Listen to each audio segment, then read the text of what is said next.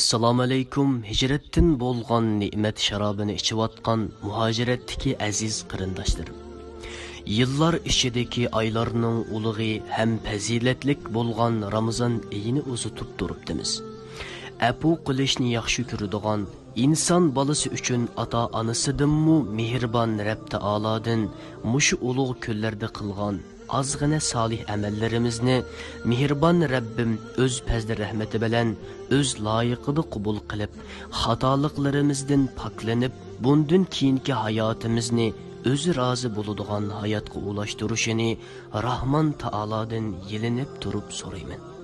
Nur va qalam da'vat guruhi ro'za haytinglarni muboraklash bilan birga iymoninglarning mustahkam, tininglarning salomat, Rabbim o'zi rozi bo'ladigan hayot tilaydi. Takror ro'za haytinglarga muborak bo'lsin. Haytinglar berkatli